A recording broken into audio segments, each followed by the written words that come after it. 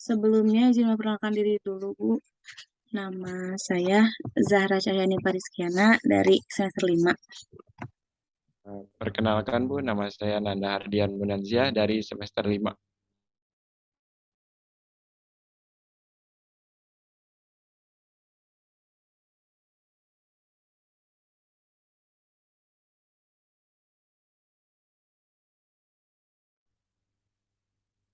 Izin mempresentasikan Bu. Eh, untuk modul fisika yang sekarang ini kurang lebihnya seperti tahun kemarin. Untuk modul yang pertama yaitu tentang pengukuran panjang dan massa. Untuk modul 1 ini sendiri bertujuan agar mahasiswa mampu mengukur besaran panjang dan massa dengan berbagai alat ukur. Kemudian agar mahasiswa dapat membaca alat ukur panjang dan massa. Kemudian agar mahasiswa mampu menghitung nilai rata-rata hasil pengukuran, ketidakpastian pengukuran, dan persentase error perhitungan pada setiap data pengukuran.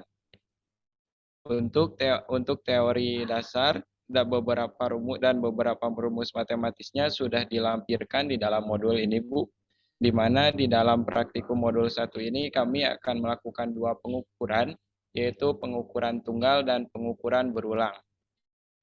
Untuk pengukuran tunggalnya yaitu menimbang beberapa balok. Kemudian untuk yang berulangnya mengukur balok menggunakan mistar, kemudian mengukur pipa plastik menggunakan jangka sorong, dan mengukur kapasitor menggunakan mikrometer sekrup. Untuk analisa matematisnya sendiri ada menghitung nilai rata-rata pengukuran, kemudian menghitung ketidakpastian, persentase error, dan standar deviasi. Untuk dianalisa datanya sendiri, kita mencoba membantu mengarahkan teman-teman praktikan untuk mengetahui apa saja pengaruh dari perbedaan hasil pengukuran pada alat dan bahan yang sama.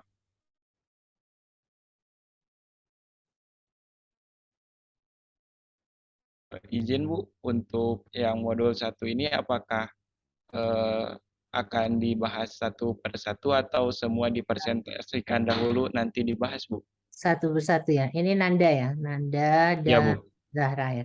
Oke Nanda, kita bahas ini juga ya supaya asisten memahami kenapa praktikum berkaitan dengan pengukurannya. Mengenai besaran, ini materinya kan tentang besaran dan satuan. Dalam hal ini pembahasannya adalah apa yang dimaksud dengan besaran fisika gitu ya.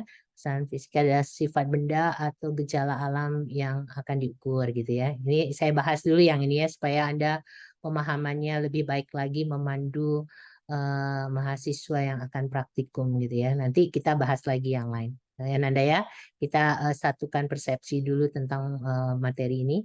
Jadi besaran dan satuan, jadi dibahas tuh besaran-besaran yang ada dengan besaran 7 besaran pokok yang ada gitu ya, dan besaran-besaran turunan yang lain diturunkan dari besaran pokok ini.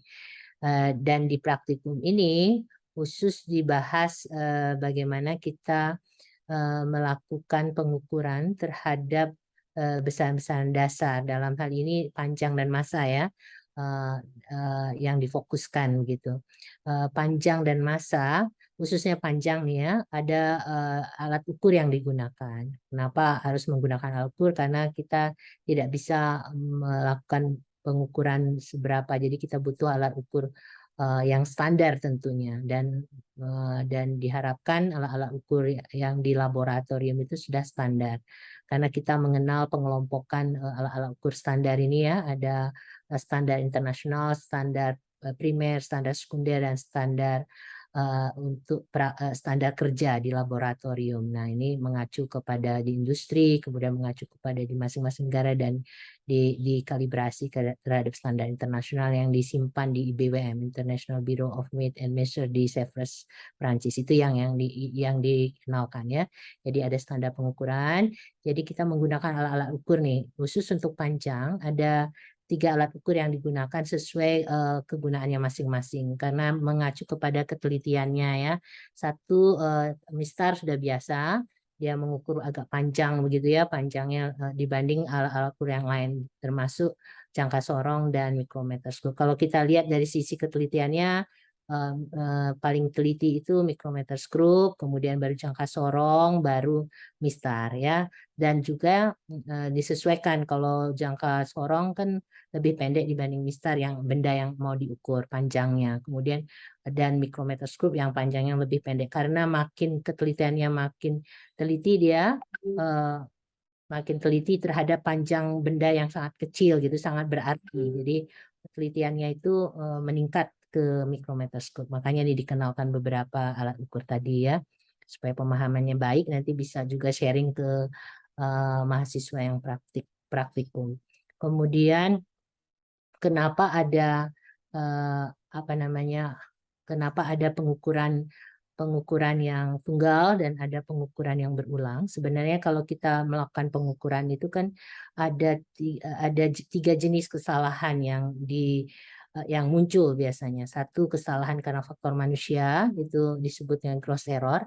Misalnya orangnya tidak paham betul terhadap penggunaan alat ukurnya, tidak mengukur dengan baik. Misalnya kita membaca skala ya tidak tegak lurus, itu muncul kesalahan paralaksis namanya. Jadi harus tegak lurus membaca, melihat skalanya bagaimana, itu gross error.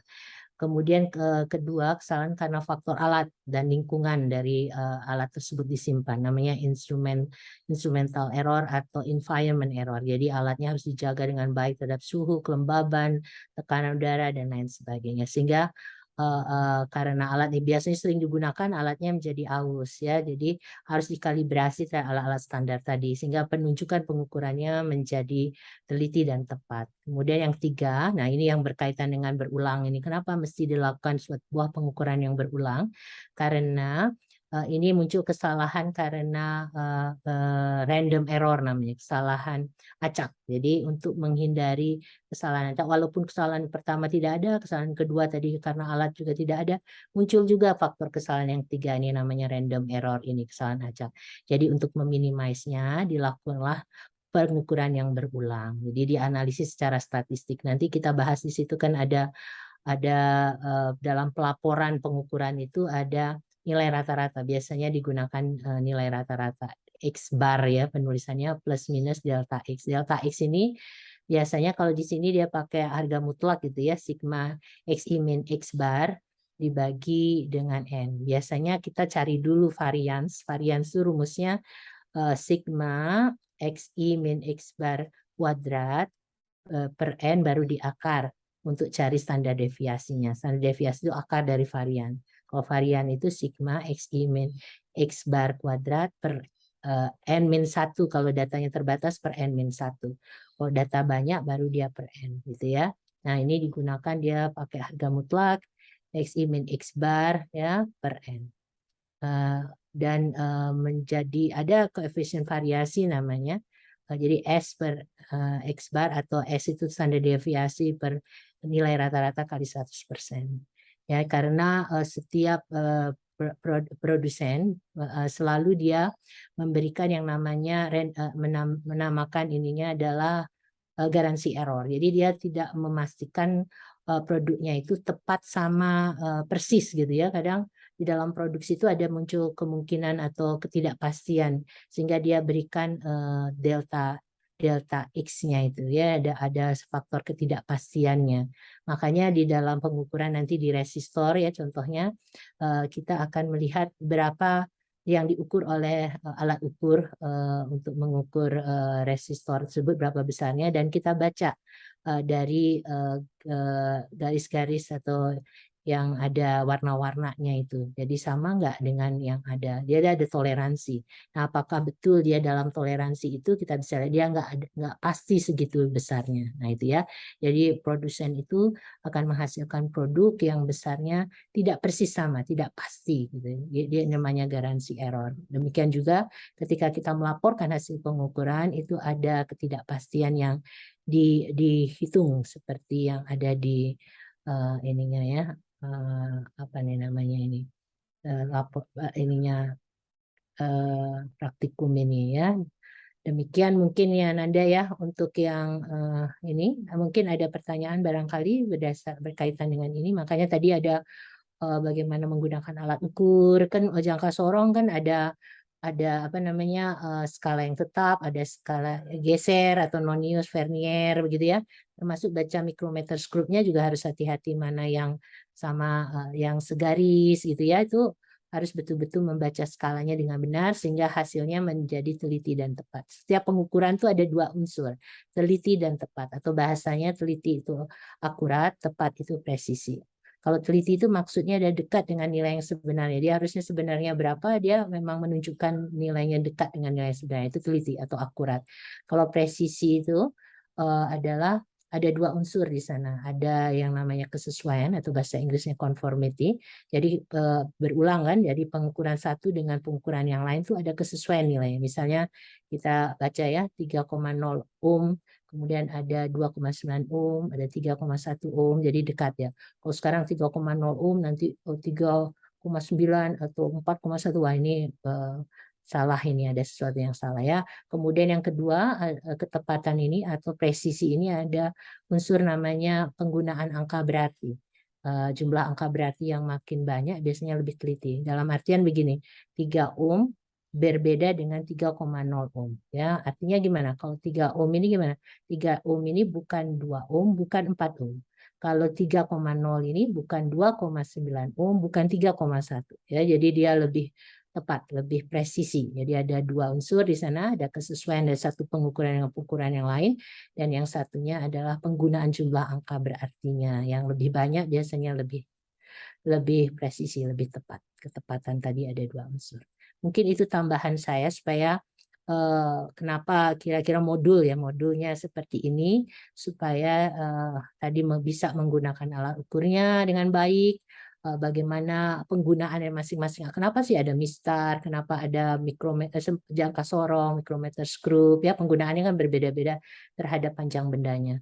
Makin kecil dia butuh ketelitian yang lebih besar. Kenapa? Karena kalau sedikit saja akan mempengaruhi nilai yang kecil ini. Kalau mistar kenapa digunakan untuk mengukur yang panjang begitu dengan ketelitian yang lebih rendah dibanding beberapa alat ukur tadi ya karena kalau berbeda sedikit terhadap panjang yang besar jadi bisa bisa diabaikan begitu.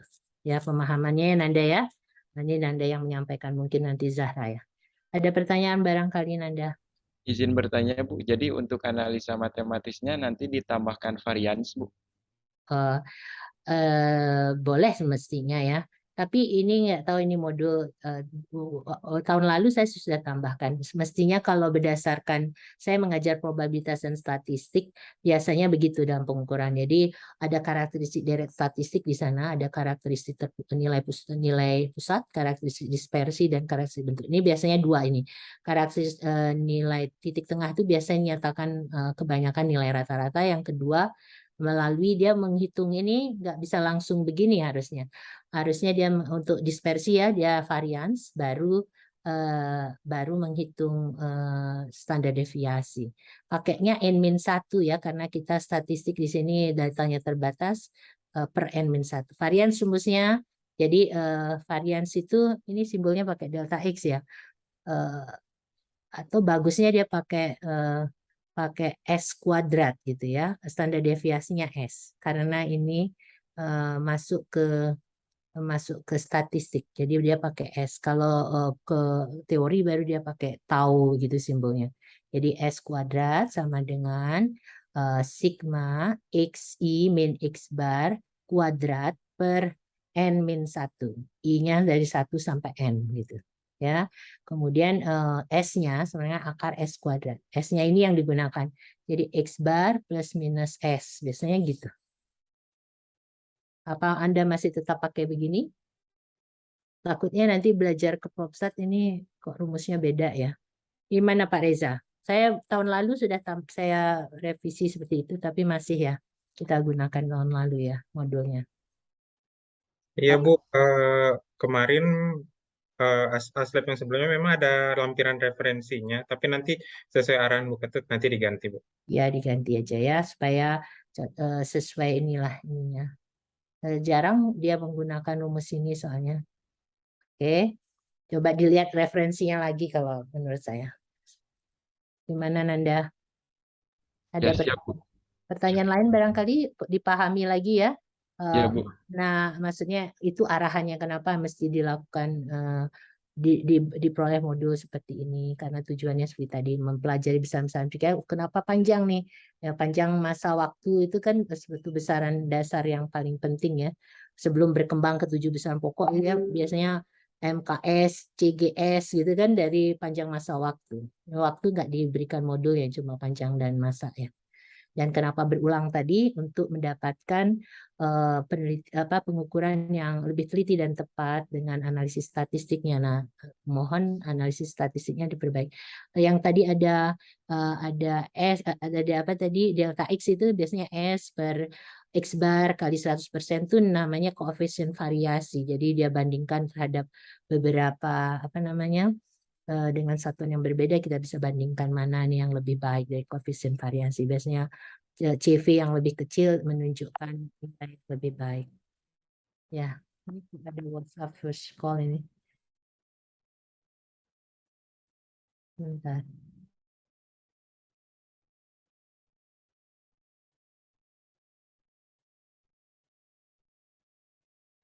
Ya, silakan lagi. Sudah dipahami Nanda? Sudah, Bu. Oke.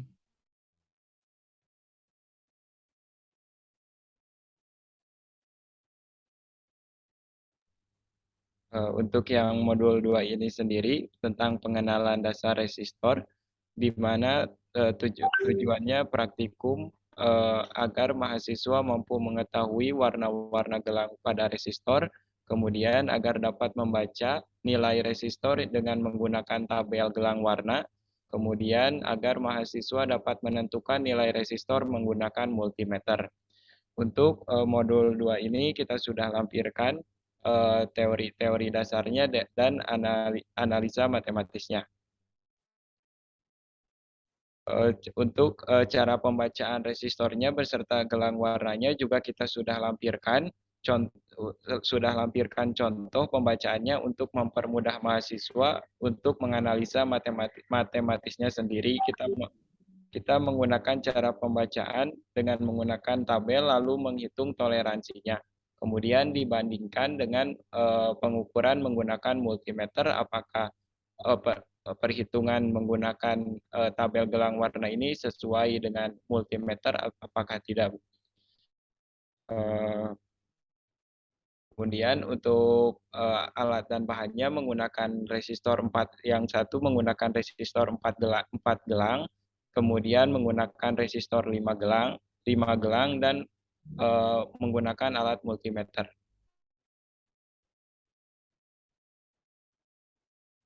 Nanti untuk tabel percobaan gelang warnanya, praktikan menuliskan urutan gelang warnanya, kemudian mencantumkan nilai resistor dengan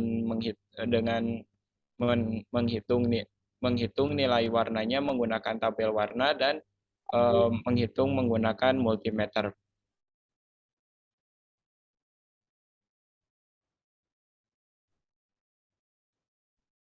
Sudah, Bu. Oke.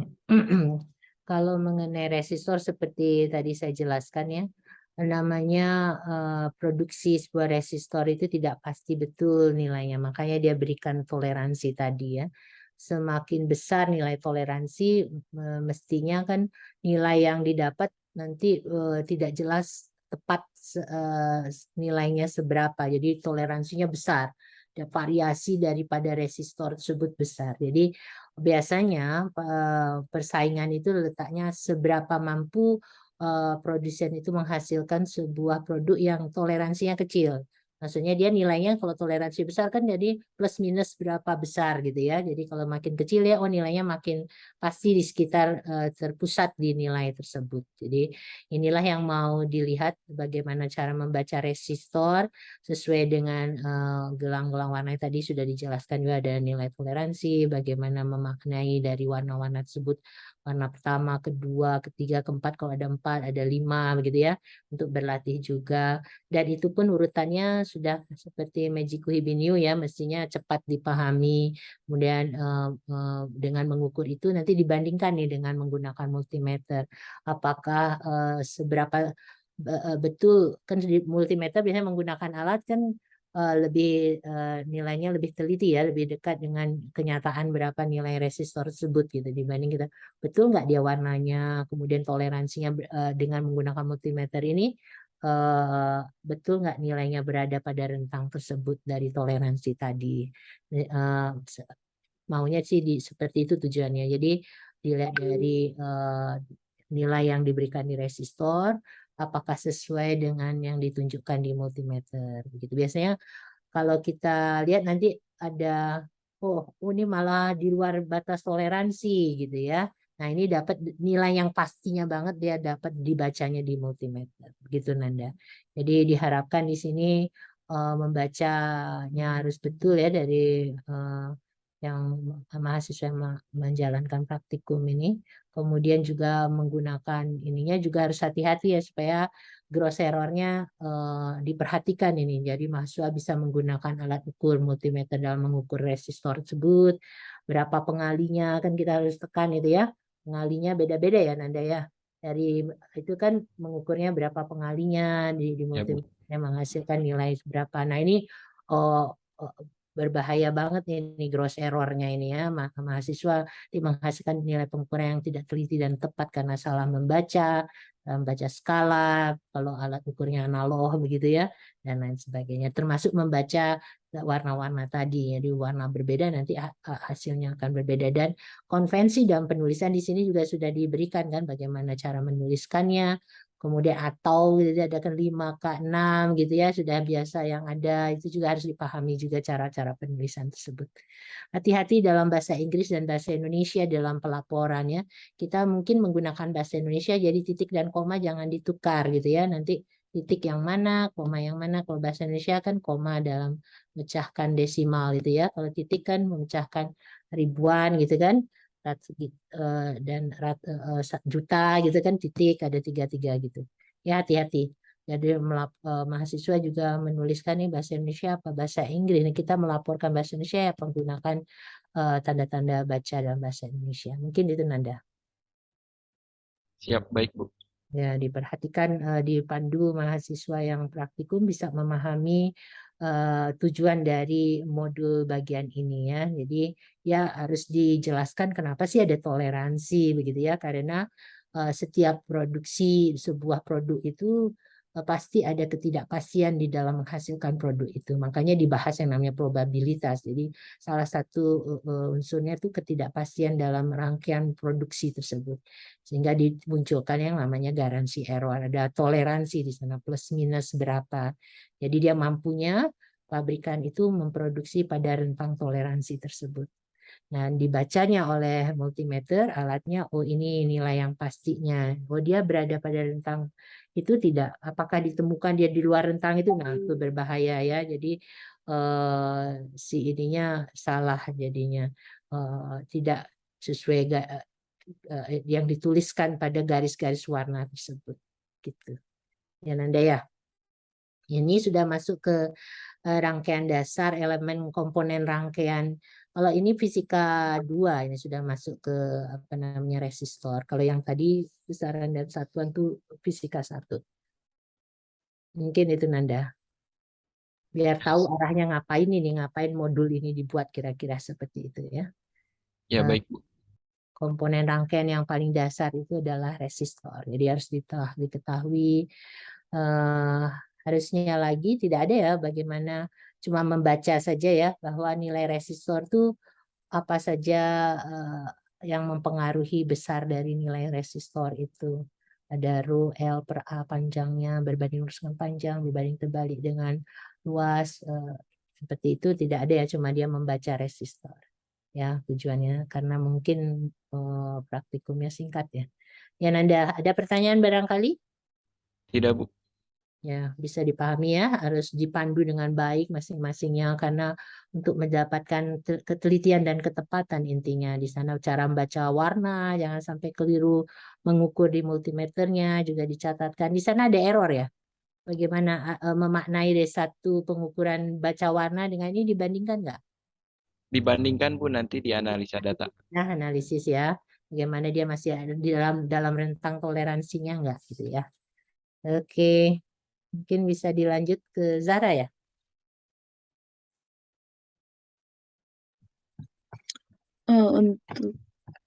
Untuk modul ketiga ada hukum dan hukum dan rangkaian seri.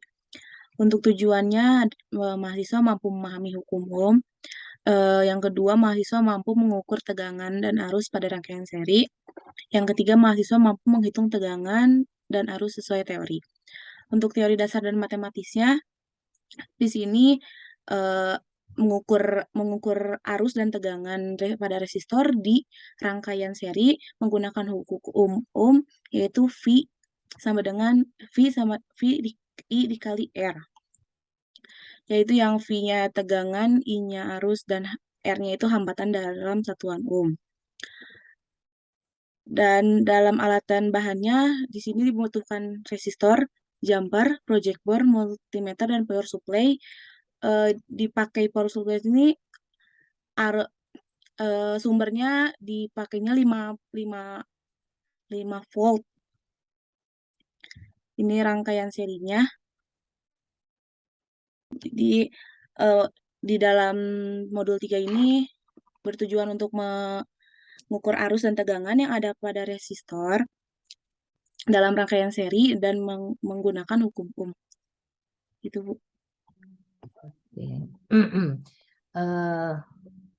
Ini adalah merupakan hukum Ohm, itu adalah sebuah hukum yang penting sekali ya dalam menghubungkan dua besaran listrik yang penting di sini, tegangan dan arus ya. Jadi semua dalam rangkaian itu biasanya dilihat tegangan dan arus. Jadi George Ohm, seorang ahli yang meneliti, awalnya sih seperti ini, ini kan merupakan experimental law ya, hukum yang diperoleh dari hasil percobaannya George Ohm ya. Makanya namanya hukum Ohm untuk mengapresiasi George Ohm menemukan percobaan pertama kali dia hubungan sebuah generator sinyal dihubungkan dengan sebuah batang penghantar semacam resistor begitu ya. Nah, nanti diukur diberikan arus yang berbeda, diukur nanti tegangan di batang penghantar ini berapa tegangan yang diukur ya, sehingga nanti dibuat grafik dia, apakah sumbu X-nya I kemudian V, kadang-kadang dibalik juga. Tapi saya biasanya senang V ininya I, sehingga ini ada garis miring ya gitu ya, berbentuk semacam ada gradien di sana sebagai R-nya itu. Kalau kita buat persamaan matematik kan Y sama M kali X gitu ya, garis miring yang melalui 0,0 tadi. Nah, ini sumbu X-nya I, sumbu Y-nya V, hingga terbentuklah V sama dengan mendekati, seharusnya ada tanda lengkung begitu, mendekati nilainya R kali I gitu ya.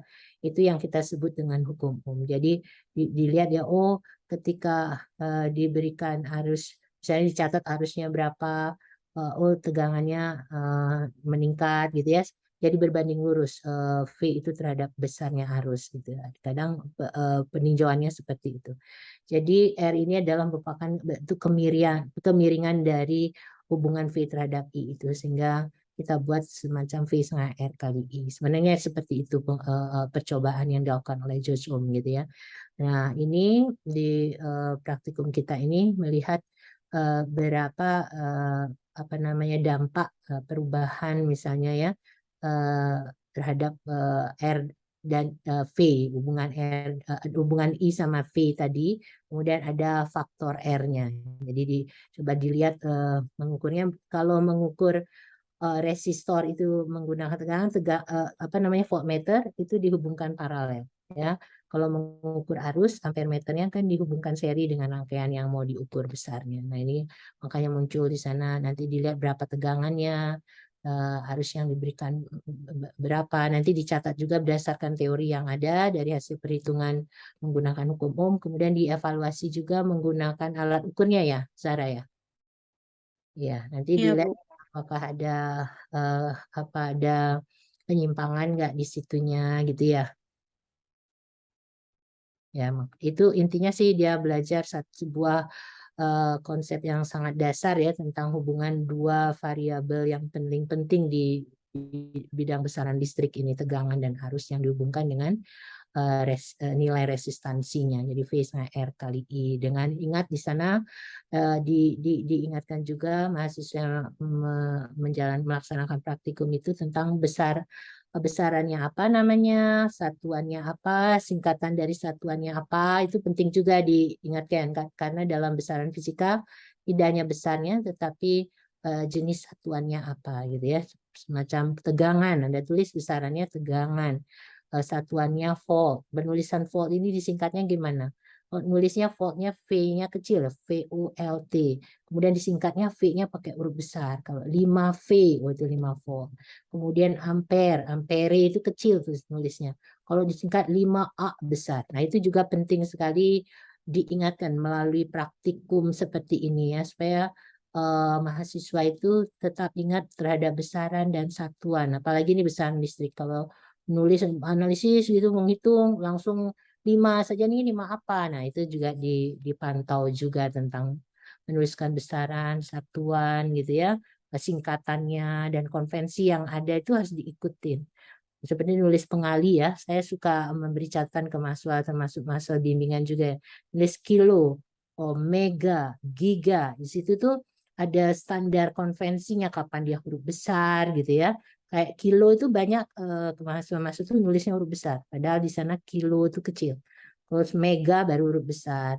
Giga huruf besar gitu ya. Mili itu huruf kecil. Nah gitu-gitu mohon di kilo ohm kan sering muncul. Omega gitu. Kalau disingkat ohmnya kan omega. Tulis K-nya kecil, omega gitu ya. Mungkin itu juga menjadi poin penting juga diperhatikan agak detail seperti itu ya. Karena ini tidak hanya dia memahami hasil eksperimentalnya George Ohm tentang hukum Ohm yang paling mendasar nih. Mahasiswa sering ditanya di ujian sidang tugas akhir tentang hukum Ohm. Kadang nggak memahami dengan baik menjelaskan. Nah, mohon dipastikan mereka memahami dengan baik. Tampak mengulang lagi nih apa namanya percobaan yang dilakukan oleh George Ohm ya. Jadi menghubungkan antara dua besaran penting dalam besaran listrik. Mungkin itu Zahra catatan saya. Ya. Baik, Bu. Ada pertanyaan barangkali? Bagian mana yang diinginkan? Cukup, Bu. Cukup. Oke. Selanjutnya mungkin ya modul berikutnya ya. Ya, modul berikutnya, modul terakhir. Di modul 4, di sini menjelaskan tentang hukum Kirchhoff dan rangkaian paralel. Tujuannya mahasiswa mampu memahami hukum Kirchhoff. Yang kedua, mahasiswa mampu mengukur tegangan dan arus pada rangkaian paralel. Yang ketiga, mahasiswa mampu menghitung tegangan dan arus sesuai teori. Hukum ya, untuk modul 4 sama modul 3 sama-sama masih menghitung tegangan dan arus. Cuma bedanya di modul 3 ini rangkaiannya rangkaian paralel dan memakai hukum Kirchhoff. Sini yang dipakai hukum yang di hukum Kirchhoff yang dipakai itu adalah sigma 1 masuk sama sigma 1 keluar, dan sigma E ditambah sigma full sama dengan 1. Sigma I. Maaf Sigma Zahra, I. itu sigma I. Ya, Ya, sigma I. sigma I masuk dan sama dengan sigma I keluar. Lalu ada sigma E ditambah sigma V sama dengan 0. Yang dipakai di sini alatan bahan yaitu modul multimeter, resistor, kabel jumper, yang kelima yaitu breadboard atau project board. Dan di sini resistornya memakai 2 dan yang dirangkai secara paralel, lalu dihitung sama seperti modul 4. Cuma sama-sama memakai tegangan 5 volt. Untuk yang percobaan kedua bedanya memakai resistornya 3 tapi masih rangkaiannya paralel. Sudah, Bu. Oke. Saya review lagi ya Zahra ya. Tadi ada kesalahan spelling tadi juga. Begini, jadi modul ini melengkapi modul 3 yang membahas tentang hukum Ohm. Yang penting itu yang kedua ini namanya prinsip rangkaian yang kita sebut dengan hukum Kirchhoff. Sesuai nama penemunya juga ya. Jadi secara garis besar hukum Kirchhoff itu ada dua ya, disebutkan KCL, KVL itu sebutan nama singkatannya. KCL itu Kirchhoff Current Law, jadi hukum Kirchhoff untuk arus. Sebenarnya rumus awalnya tidak langsung sigma I masuk sama dengan sigma I keluar. Jadi umumnya dia bacanya begini. Sigma I sama dengan 0. Jadi bacanya adalah sigma itu kan jumlah ya, jumlah jabar arus ya, jumlah arus pada suatu node pada saat tertentu sama dengan 0. Jadi kita lihat kalau rangkaian itu kan gambarnya rangkaian itu ada yang kita sebut dengan node, ada yang kita sebut dengan cabang ya. Dan nanti ada arus loop juga ya. Jadi node itu titik cabang pertemuan beberapa cabang itu kita sebut namanya node. Nah ini kan ada node di sininya ya, ada node gitu ya.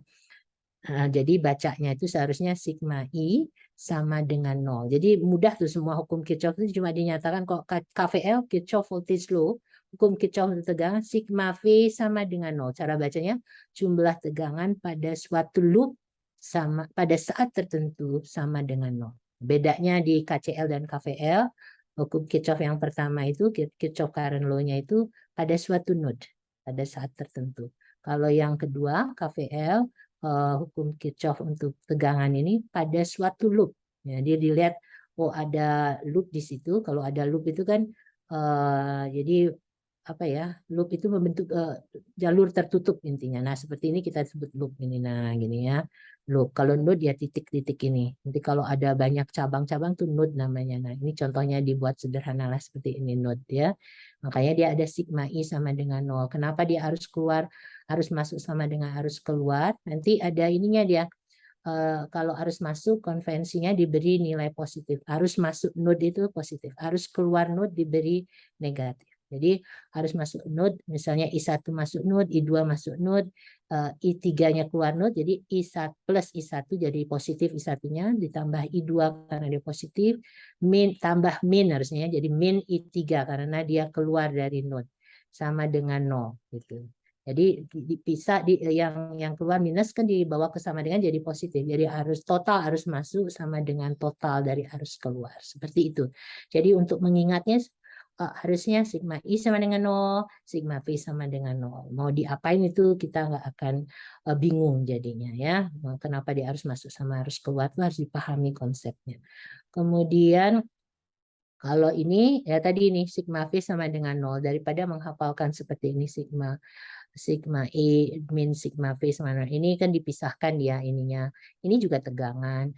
Tegangan-tegangan ini sih I kali R juga tegangan. Ini cuma dipisahkan sumber tegangannya dengan tegangan-tegangan yang ada di rangkaian tersebut. Kalau dijabarkan secara umum sigma V sama dengan 0. Jumlah tegangan pada suatu loop pada saat tertentu sama dengan 0. Jadi lebih mudah dia mengingat, memahami konsep yang dibuat oleh Kirchhoff ini ya.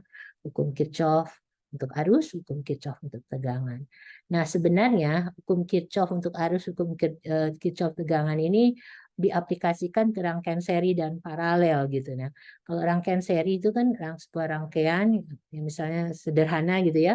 Ada sumber tegangan, ada R yang disusun bersusunan seperti itu, masuk ke sumber tegangan lagi penghantarnya.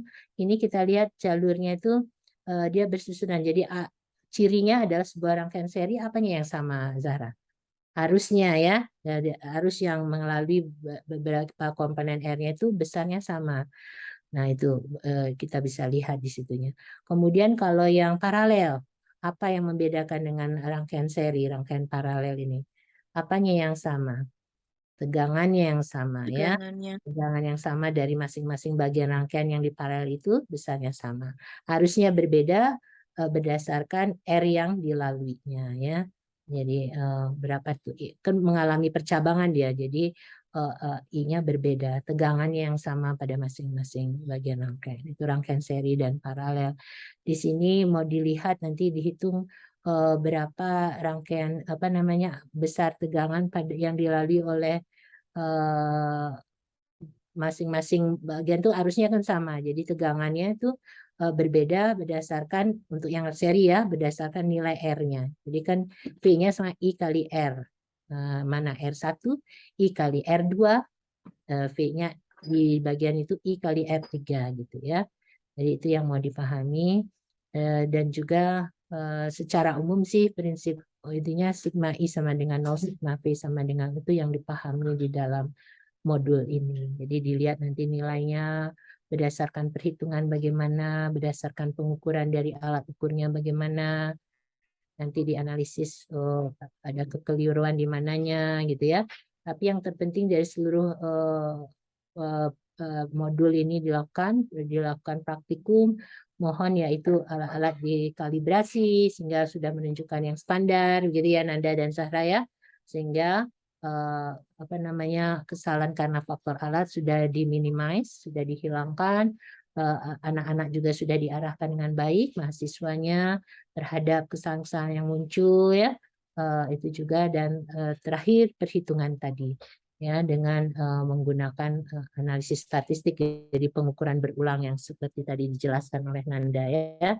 Kenapa mesti dilakukan pengukuran berulang? Karena kita harus mendapatkan beberapa data sehingga hasil pengukurannya menjadi lebih tepat ya, karena menghindari yang namanya random error tadi. Begitu mungkin Sahra. Ada pembahasan apa lagi tuh? Sudah apa yang dilakukan analisis untuk membedakan rangkaian seri dan paralel menurut Zahra di sini? Alat-alatnya coba dilihat bagaimana dia mengukur, apa yang dilakukan perbandingannya gitu ya. Ini juga dilihat bagaimana ditekankan menggunakan voltmeter dia harus dirangkai paralel terhadap bagian rangkaian yang mau diukur di situ, di R, tegangan di R gitu ya. Harus diberikan pemahaman seperti itu, termasuk mengukur arus. Dia harus dirangkai seri dengan rangkaian yang diukur arusnya. Itu juga ditekankan ya, karena kapan dia dirangkai paralel, kapan dia dirangkai seri, itu juga tidak merupakan terlewat begitu. Jadi harus disadari ketika menggunakan alat ukur ini bagaimana sebaiknya ya. Ditekankan juga faktor-faktor kesalahan itu sehingga mahasiswa yang melakukan pengukuran betul-betul paham betul, saya harus mendapatkan data, kan ada istilah GIGO ya, garbage in garbage out. Jadi kalau datanya sudah sampah, jadi analisis juga sampah gitu. Jadi jangan sampai terjadi demikian. Jadi nilai datanya betul-betul teliti dan tepat, ya, akurat dan presisi, sehingga hasilnya juga teliti dan tepat.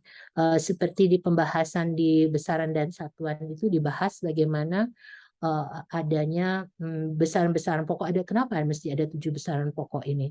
Karena besaran-besaran ini panjang masa waktu, kuat arus gitu ya, intensitas cahaya, suhu itu jumlah saat itu yang bisa dilakukan dengan teliti di dalam pengukuran, sehingga mendapatkan hasil pengukuran-pengukuran yang lain pun menjadi teliti. Jadi intinya dia makanya dibuat standar pengukuran, disimpan di BWM, diisolasi sedemikian rupa, kemudian standar sebagai standar internasional, nanti menjadi kalibrasi dari masing-masing negara, semuanya dilakukan sehingga hasil-hasil pengukuran untuk besaran-besaran turunan yang lain pun mendapatkan ketelitian yang diinginkan dengan pasti gitu ya.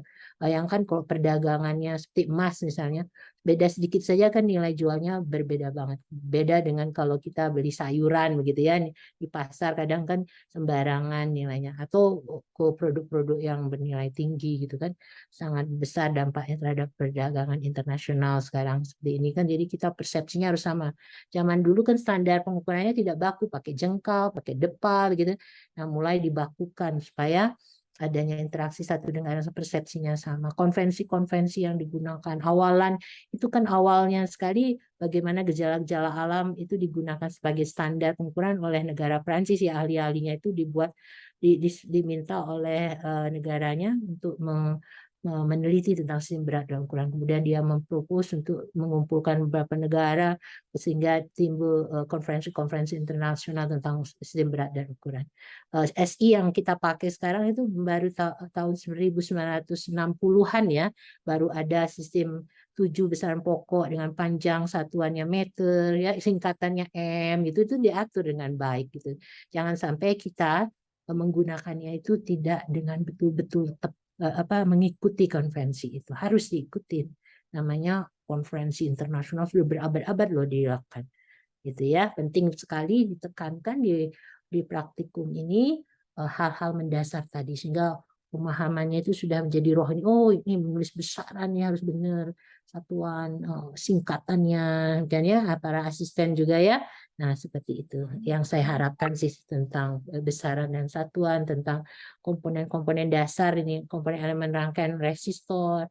Kemudian ini dua hal yang paling penting, hukum Ohm dan hukum Kirchhoff. Ya, hukum Kirchhoff pemahamannya seperti itu. Mungkin itu yang saya bisa bagi, saya sharing. Ada pertanyaan dari Nanda barangkali dan Zahra dari uraian saya tadi. Mungkin ada yang ditambahkan atau berkomentar. Sehingga praktikum ini mudah-mudahan bisa berjalan dengan baik, tujuannya dipahami dengan baik. Walaupun sederhana ya.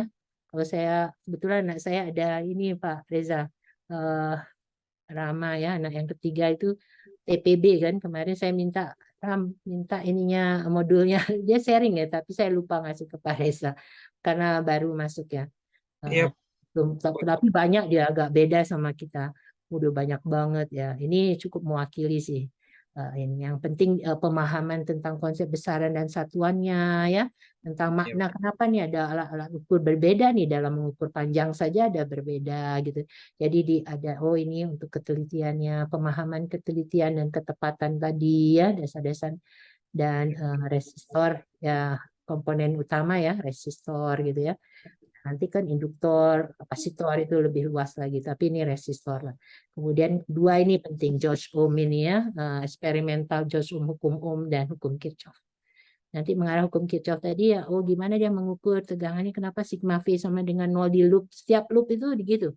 Walaupun tegangannya kapan positif, kapan negatif, itu kan ada aturannya dia.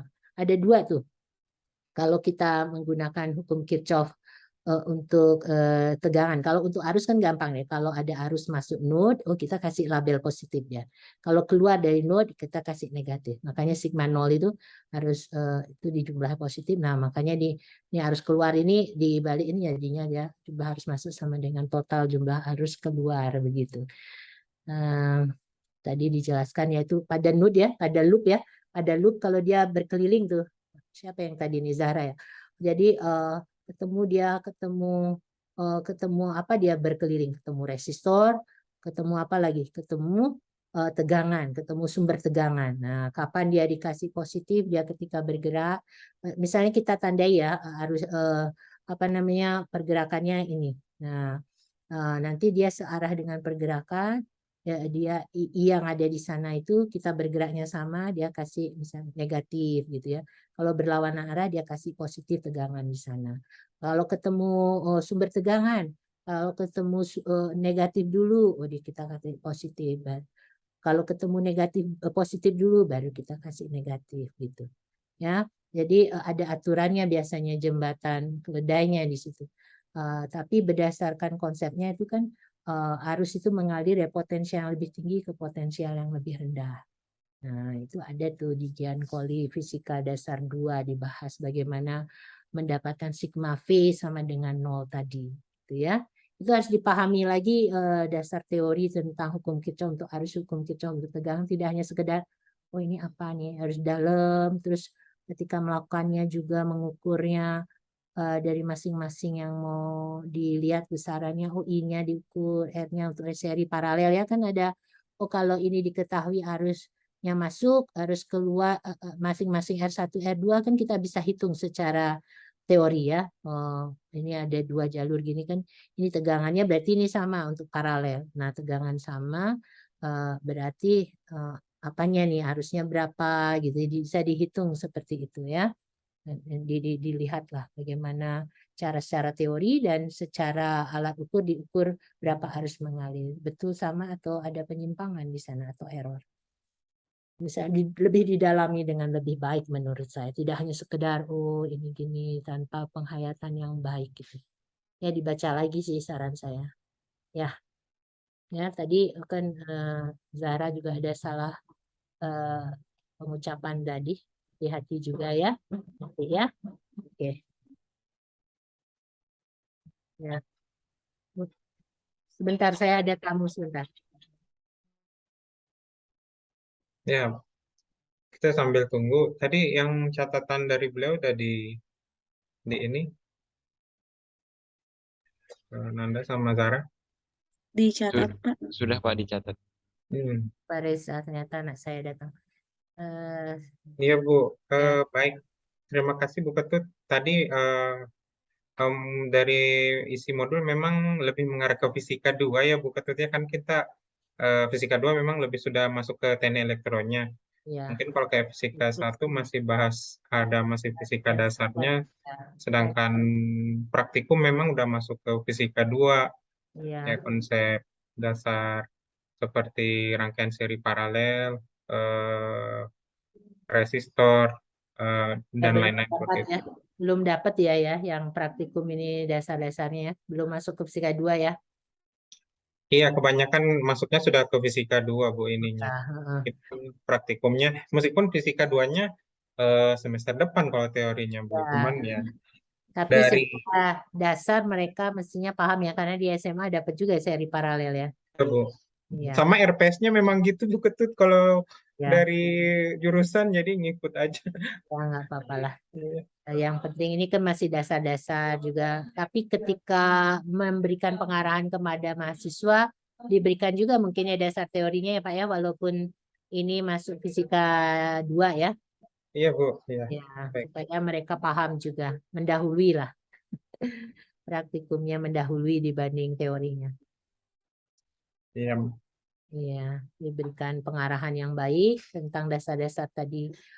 Ya mahasiswa juga yang asisten harusnya memahami dengan lebih baik ya. Nanda sama Zahra, ini ketua-ketuanya ya Pak Reza ya? Ini dari yang semester 5 Bu. Untuk Eh, Aslab kan ada semester 5, semester 7, tapi Aslab di lab itu semuanya sudah lulus praktikum ini Bu. Jadi insya Allah sudah ya. ini. Nah, jadi saya inginkan lebih dipahami dasar teorinya sehingga mengarahkannya lebih baik Pak Reza. Iya Bu, baik Bu. Ya itu mungkin eh, cukup segini atau bagaimana Pak Reza? Iya, kalau dari Bu Ketut ini Ya. nanti tinggal kita tutup. Iya, harapan saya seperti itu supaya apa di teori itu bisa nyambung ke yang dipraktekkan begitu ya. Itu sudah cukup mewakili dengan keterbatasan yang ada di kita ya. Kalau saya bandingkan sih kemarin saya di sharing itu kan Pak Reza pernah minta itu, tapi baru anak saya dapat ITB terus dia praktikum fisika dasar, ya kirim sih, tapi agak panjang dan banyak begitu karena mereka kan fokus ya lab fisika mereka sendiri yang menyelenggarakan. Kalau ini kita Oh yang iya, menyelenggarakan ya, iya Bu, udah nggak sama MIPA lagi, nggak kayak ya, dulu. ya keterbatasannya. Tapi sudah bagus sih ini modulnya. Jadi ini mau dihitung, ini yang mau di alat ukurnya. Jadi multimeternya harus dikaryakan dengan baik. Bagaimana mengkalibrasinya dulu ya. Kalau belum nol nanti dia ke depannya jadi kacau penunjukannya. Ya itu penting juga diberikan dasar-dasar mahasiswanya dengan baik supaya 3 faktor kesalahan tadi bisa dikurangi ya, cross error, instrumental error, dan random error. Ini semuanya masuk di situ setiap pengukuran yang ada. Mungkin begitu Pak Reza. Iya Bu, mungkin Anda, agendanya Zahra, ya agendanya. agendanya berikut Bu. Nanti kalau ada kegiatan praktikum bisa visit kalau Ibu Ketut ada waktu juga. Iya ya. Ya, Nanti diberikan jadwalnya barangkali sesekali saya bisa lihat ya Pak ya. iya nanti di sharing Bu. Sharing ya. Oke, Pak Reza terima kasih. Terima Nanda, kasih Bu. Zahra, maaf kalau Terima ada kasih Bu. kekurangan dari saya. Terima Terima kasih Bu atas kasih. arahannya. Ya, selamat sore. Sore Saya Bu. ya, Sore Bu. Sore, Sore Bu. Bu. izin live. Ya baik, Nanda, Azara, akhirnya sudah selesai ya. Iya Untuk Pak. fisika udah beres.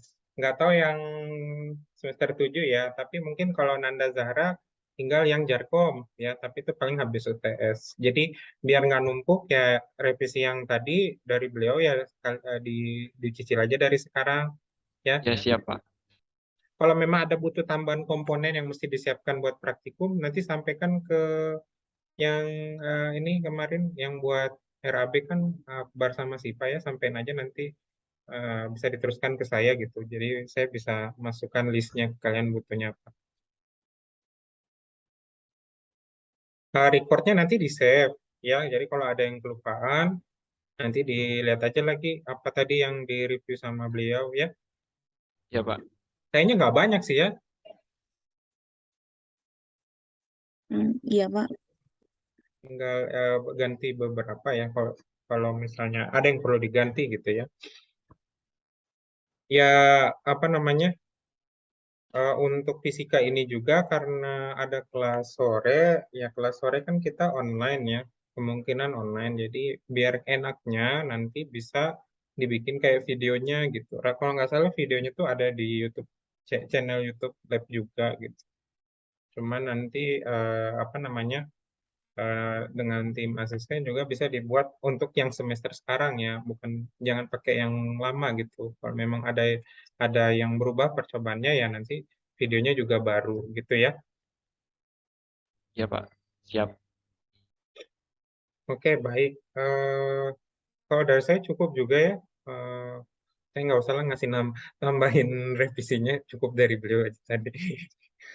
Oke, untuk Nanda dan Zara, terima kasih eh, sudah memaparkan mewakili lab ya, memaparkan modul fisika untuk revisinya, revisi lagi untuk hasil mentoringnya. Kalau ada beberapa review dari buku itu tadi bisa di follow up ya dari sekarang supaya nanti nggak numpuk sama yang Jarkom ya. Jarkom nanti habis UTS kita ininya mentoringnya.